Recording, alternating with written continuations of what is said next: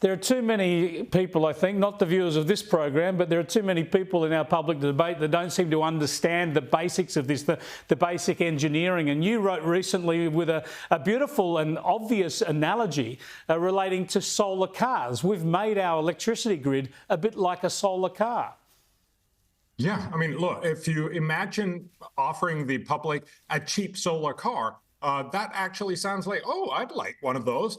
Until, of course, you realize when the sun is not shining, when it's overcast or at night, you actually need a backup gasoline car. So you have to buy two cars. Sure, you're saving when you're driving your solar car, but you actually have to pay twice the capital cost. And then you also have to pay the gasoline when it's overcast or at night. And so the reality here is there is a good reason why most nations don't actually do just switch over to solar and wind. I emphasize, and I think nobody's really pointed this out in the statistics, if you look at the big countries in the world, so the Chinas and so on, we believe that they are becoming ever more green. But the reality is last year, China got more power from coal than it did, more additional power than it did from solar and wind. And if you look at some of the other countries, you know, Indonesia got 90 times as much more from coal than it did from solar and wind. And so reality is, yes, you can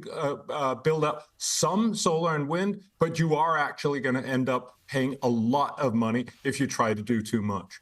This is where I'd love to get your global perspective on this, because I wrote on the weekend about how Iceland has the greatest penetration of renewables. They're blessed with lots of thermal energy from volcanic geography, of course, and they have hydro, so they're almost entirely renewable. Good on them.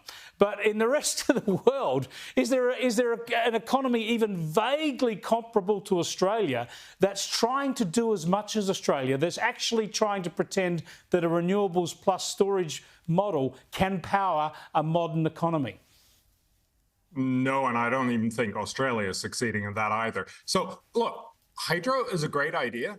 You can do some solar and wind. So for instance, in California, if you have like 10% solar, it actually works really well, because when the sun is strongest around midday is also when you need air conditioning the most. So there is a good overlap for some of these things, but trying to get anywhere close to 100% is going to be almost impossible for any nation. So again, if you have lots of hydro, great, and you should definitely be using that. But we need to realize that unless we find technologies that actually allow us to run power 24/7, that could, for instance, be fourth generation nuclear, we're not going to be able to do this just with solar and wind. And when we're trying, it's just going to end up being incredibly costly.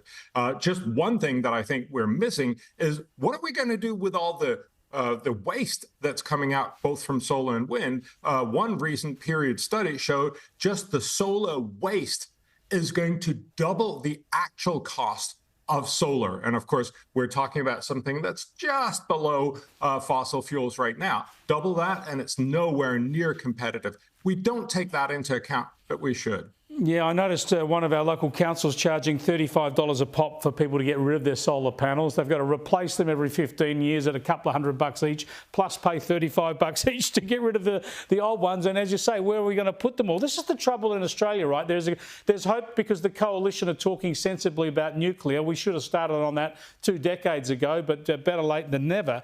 Yet the market operator today, to fix this looming crisis, they're just recommending more renewables and more transmission. It can't do the job, can it?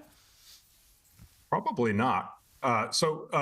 More transmission could be part of the solution, but the fundamental problem is, of course, still, you can't have a situation where you're relying on mostly something that only works when the sun is shining or the wind is blowing. And yes, there is some evidence that if you have a very wide grid, but again, almost nobody does that. And certainly I would imagine that most of the interconnectors in Australia would be in the same region. You're still back to the problem of saying, what are you going to do when the sun is not shining and the wind is not blowing? We need to recognize that currently you need a lot more storage, and that's going to make it unaffordable. Just to give you one example, a recent period study showed that for the US, if you actually want to run just on solar or just on wind, you're going to need backup in the equivalent of 3 months of electricity production. Right now, the US has about 7 minutes. So no, we're not going to be able to do that. Doing that with batteries would cost the US about 5 times its GDP every 15 years. It's just that implausible, that impossible. Thanks for bringing that clarity to us again, Bjorn. I really appreciate it.